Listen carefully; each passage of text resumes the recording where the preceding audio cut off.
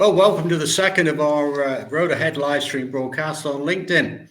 Last month, we reviewed the outcomes from the TRB conference in Washington, but a lot's happened since then. And today, we're truly going to be looking at the road ahead, which US DOT's strategic plan has put firmly in the spotlight. My name's John Day. I'm the marketing manager at WDM Limited, based in the UK. And I'll be moderating today's discussion. And I'm joined online by Jacob Haleu, sales manager at Blinksy. Welcome, Jacob. Great to be here. Yeah. And Blinksy are leaders in data movement intelligence, and we'll find out shortly exactly what they do and how they see the road ahead of us. Also along for the ride, quite literally in her car, en route to a flight to Atlanta, is Rylan Potter, my colleague, who's Vice President of Business Development at WDM USA. And she's been championing the safety benefits of continuous friction measurement of the road surface for the past 4 years with increasing success. It's now recognized by Federal Highways as one of its key safety preventative measures. Well, first, a bit of deja vu before we get to the discussion. I started last month's live stream event by mentioning the study by the National Highway Traffic Safety Administration. They claim that traffic crashes in the US cost society $340 billion in 2019. That's $1,000 for each of the country's 328 million people. And with fatal crashes continuing to rise, it was no surprise that NHTSA study was followed by the US DOT strategic plan. Now, it focuses on improving safety, and one of its key priorities was obtaining more quality data about the state of American roads. It highlighted two critical research topics: safety infrastructure countermeasures and safety risk analysis methods. This would need to be backed up by data-driven system safety, safety design, and safety data. And that's why we're having today's discussion. So without further delay, let's go to Jacob first to hear his thoughts on that plan and the role Blinksy could play in helping deliver safer roads. Jacob. Thanks, John. I appreciate it, and really excited to be joining this webinar today. As a whole, I think the strategic safety plan that came out really makes a lot of sense. I think a lot of times people have, your everyday person has a hard time visualizing what that means. With an average of about 43,000 deaths on the roads in the U.S. every single year. I mean, one of the ways I like to put that in comparison is, and whenever a 747, an airplane goes down, it becomes news all over the world. When you calculate out the number of deaths on the roadway every single year, it comes out to about every 4 to 5 days in the U.S. 4 to 5 days a week that there's would be equivalent to a 747 going down. So it really puts in perspective, why there's such a need for this type of initiative, an initiative that needs to go across the whole entire country, state by state, agency by agency. It's specifically when looking at the data, we see that I believe this week the Governors Highway Safety Association came out with the preliminary data for 2022, and there were 3,434 road deaths, pedestrian deaths alone on the roadways. That's up 18% from 2019 and 5% from 2022. Obviously, there's a difference due to the pandemic in terms of the people on the roadway. Blinksy as a whole, our goal is to deliver, like you said, movement intelligence and data to the agencies that are managing our roadways. The way we do this is we use crowdsourced dash cam footage. So meaning cameras that are already driving the roadways, whether an Uber, Lyft, a tractor trailer, Amazon last mile delivery vehicle. We partner with dash cam manufacturers and have access to the imagery of these vehicles driving down the roadway. Through that imagery, what we're able to do is use our AI vision to see and understand what's going on the roadways in a way that's never been available before. We're passively collecting data from around 400,000 daily active users. Comes out to about 20 million miles of roadway in the U.S. we can see every single day. With that, we survey assets, safety critical assets on the roads, and our goal is to deliver insights into these assets in a historically, very manual way that has, gone through manual surveys in the past. I'd like to point out that the Secretary of Transportation, Pete Buttigieg, had a call on private companies that they also need to step up and do their part to help reduce these fatalities and reduce accidents on the roadways. Blyncsy as a whole, we wanted to step up and do our part. So just like there is a WZDX exchange, if you're not familiar, it's a work zone and data exchange that any state and agency can upload their data to, and becomes open source for public companies and private companies to public agencies and private agencies to be able to share that data so it can be used in a robust way to support it. So what we've done is we've come up with we call it SafeX data exchange, which is available to any agency who wants to join, and becomes a public use case. What SafeX is Blyncsy. What we want to do is we want to look at the safety critical assets and make them available. So we're talking about, and I'll give a couple examples: curved road, road curve signs, school zones, school zone crossings, crosswalks. These type of assets, when you speak with agencies, a lot of times, the agencies might know where they are, but they're on, let's say, a 4-year survey cycle, and even that has gaps. So being able to really see and understand where these different critical assets are, and be able to, take that information, which an agency can have publicly uploaded, and include that in a Google Maps or a Waze or something along those lines, being able to pull that information and say, hey, you're coming around this curve. There's a school zone coming up. There's a crosswalk coming up. You need to be more aware of what's going on.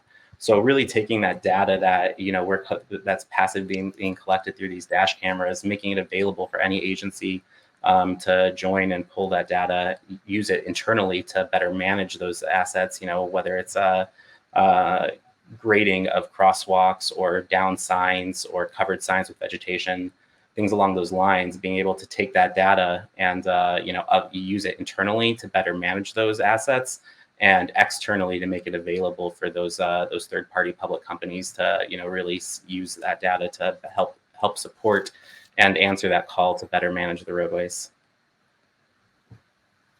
Great. Well, thank you. I'm very interested to hear you mention road curves and curvature and so on.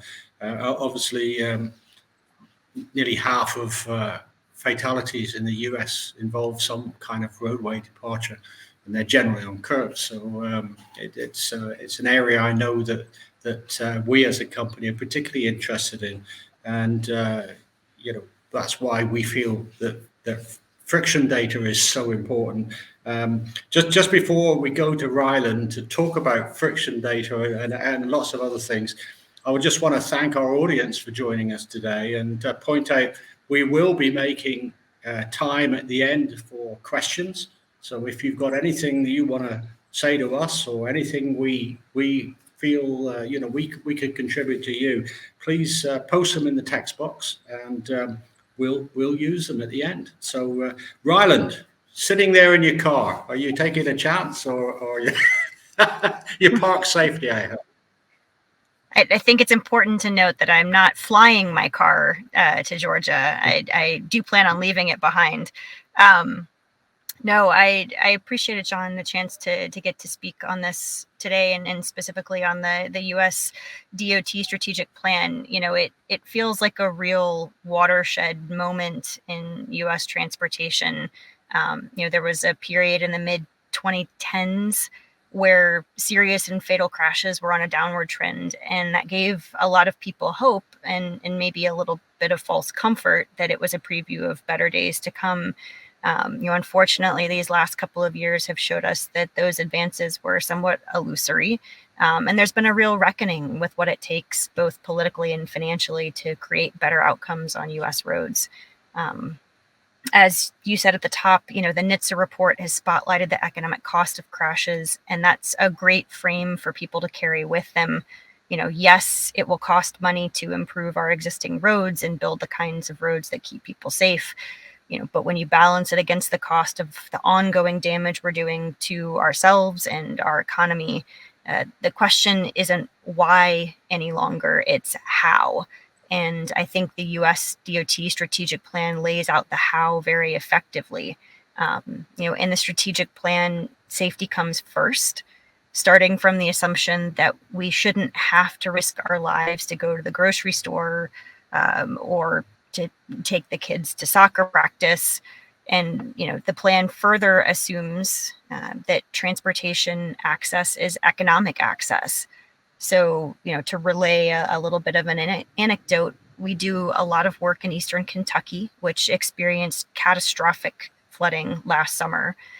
We heard stories of people missing work and occasionally losing their jobs because, for example, the only bridge connecting their town to a major regional route had washed out and the surrounding roads were impassable.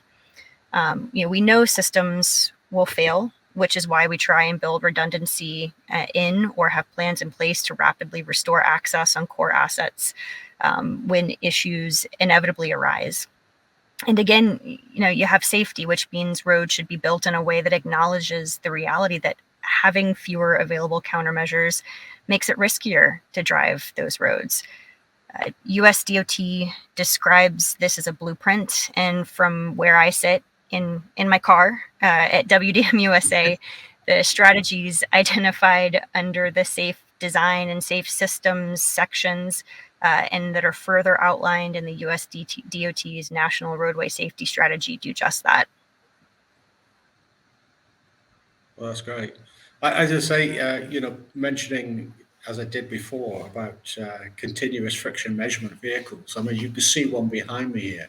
This is one of the beasts that we use in Kentucky, and I think it's worth emphasising the fact of how effective it's been in helping reduce the number of skid-related fatalities and deaths and road deaths. Remarkably, those skid-related fatalities kind of estimated 8,000 to 10,000 people a year in the US alone. That's remarkable. In the UK and New Zealand, where we've traditionally operated for the last kind of half a century, SCRIM surveys have helped reduce those deaths by nearly 40%. And more states are now recognizing the benefits of having more data. The more knowledge they have about how the roads are performing and the relationship they have with vehicles, then steps can be taken to make those roads safer. And it's interesting, Jake, to hear, you take the data, live data from kind of 400,000 vehicles and assimilate that into areas where data has previously been collected. And certainly as the future comes, we're going to find that more and more connected vehicle data is going to be available. But as a company, we feel that there's got to be a base measurement there so that you know exactly what it means. We all know people make mistakes when driving, and I'm certainly nobody expects to die because of them. But if the road surfaces provide them with the better grip, they've got a better chance of recovering from those errors, unlike if a plane goes down. So, perhaps we can do something about the roads that, that's the essence, really, of the US DOT plan.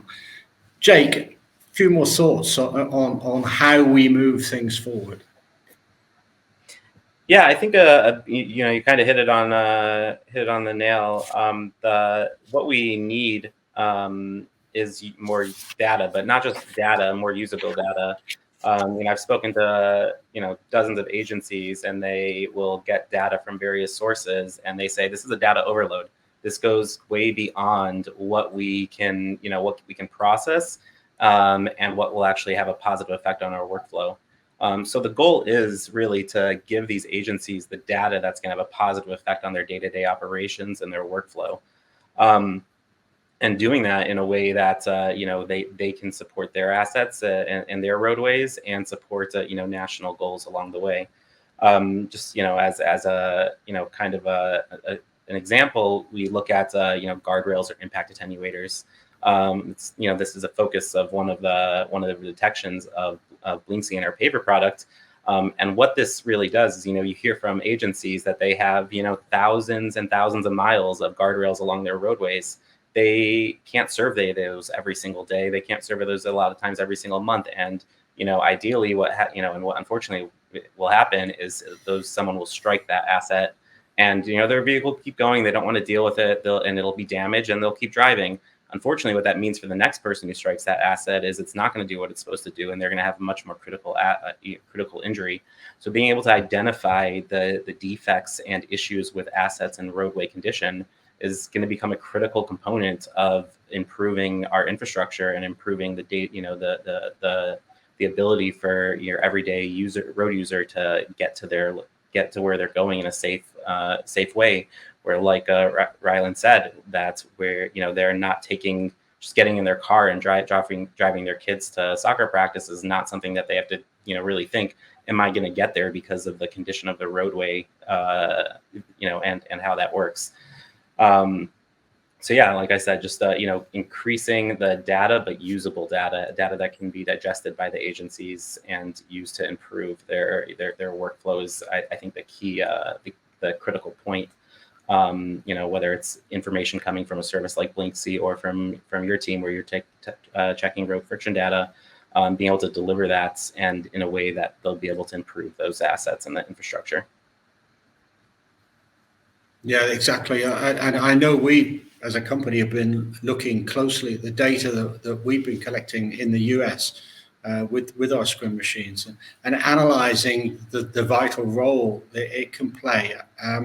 I mean, Ryland, the future is the way that we use that data, isn't it? Enable our, the states to actually make some positive moves.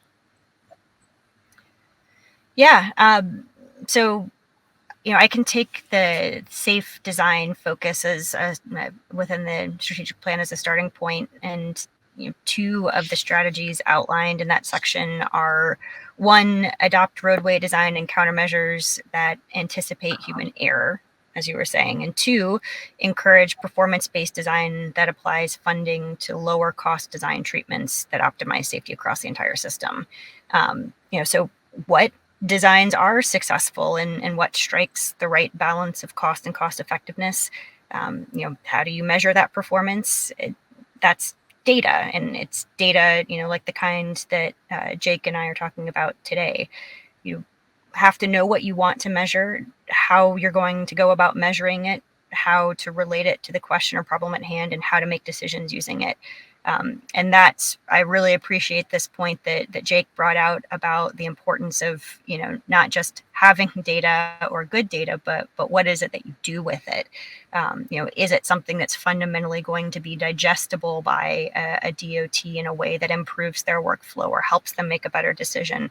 The data is not the end in itself. It's what you do with it. And so I think there's a fundamentally complementary relationship between the types of, behavioral reporting or asset infrastructure data that companies like Blinksy provide and the high resolution, precise pavement surface data that WDM provide. In the safe systems section of the US DOT strategic plan, the overarching objective is to strengthen data-driven decision-making through safe systems and improve safety management systems. And within that specifically, USD calls out the need to use data and data analytics to take a proactive action to address emerging safety risks and support compliance. And I would say, SCRIM continuous pavement friction data is critical to establishing the roadway factors that contribute to elevated risk. This allows DOTs to take a systemic look across their networks, identify where conditions lead to elevated safety risk, and take action to mitigate those risks before fatal and serious injury crashes occur. And that, to me, is the strategic plan's fundamental promise, that we don't have to wait for an unconscionable number of deaths to occur before we take action. We have the tools, and if we know how to deploy them and we do so in a systemic way, we can take action to reduce and ultimately prevent crashes. So, do we need SCRIM continuous pavement friction data? Yes. Can SCRIM data help us make better decisions about when, where, and how to treat pavement surfaces? Yes. Can SCRIM data help us identify the characteristics of our road networks that contribute to elevated crash risk? Yes. Can SCRIM data help us understand whether roads are being designed and constructed in compliance with DOT requirements? Yes. So, ultimately, should DOTs incorporate SCRIM data into safety management systems and data-driven programming? Yes. Yeah, certainly. I know that the Federal Highways Administration has been running pool schemes among quite a number of states now to introduce them to continuous friction measurement. And I know that some 28 or so years ago, when we first went to New Zealand, how important it was then to use the data to make such a powerful argument, to get all stakeholders involved and get them to make positive decisions to move forward. And certainly they did that in New Zealand. And that template is there as something for the US to follow. They did involve all the stakeholders. They involved the safety people. They involved the materials people. They involved the engineers, and they involved the enforcement services. Because at the end of the day, using the data in the right way can have such a powerful effect on the number of people dying. And I think it's pretty clear that people in the US will no longer accept that high risk of fatality or serious injury as a cost of mobility. So it's not unreasonable to expect planners and engineers to come up with a way of minimizing that risk and managing speeds and taking the conflict out of the journey. Jacob and Ryle, I want to put you on the spot, really. I know I kind of suggested what kind of questions I might ask you, just to kind of spice things up. And I really wanted to see, there were lots of movements going on about zero deaths.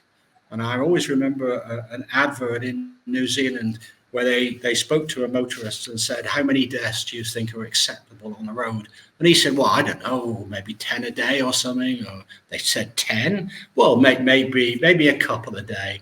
And then they pulled back a screen behind him and showed him his family and said, which two members of your family do you want to die today? And maybe all engineers around the world should have that question and say, which members of your family do you want to see die today? Being extreme, I know, but the reality is that we do have to move things forward, and we have to make it personal, and we have to make it about people. They're not numbers. So I'm just gonna, Ryan, I'm going to come to you first. A quick fix. What can actually, any members of our audience out there who've got views, maybe I hope I've sparked a few of them into reacting and coming back at us. But is there anything, one quick fix that actually move things along? Yeah, I want to come back to something that you said about kind of enforcement. And one thing that I don't think is widely understood is, even though we've been talking about it a lot today, the role that pavement friction plays in maintaining a safe road surface. You mentioned the pooled fund work. So data from that continuous friction data collected across 10 states was analyzed and showed that, on average, improving pavement friction reduced both wet and dry crashes by 30% overall. But I think something that's even more indicative of the importance of pavement friction is when you look at factors likeliest to decrease crash risk, decreasing traffic is number one. And that makes sense. Crashes are essentially a measure of exposure. That's how most engineers, transportation engineers, measure kind of crash risk. But the second most significant contributor is friction, more than speed, more than geometric design. And I would argue that's in large part because we measure, manage, and enforce speed and geometric design. So, a quick fix is benchmarking your pavement friction using network level continuous friction measurement. Once you've measured, then you can begin to manage. So, I think SCRIM continuous friction measurement is a big part of that solution. Jake. Yeah, so I think a big part of it comes down to what we touched on earlier, is that proactive versus reactive management.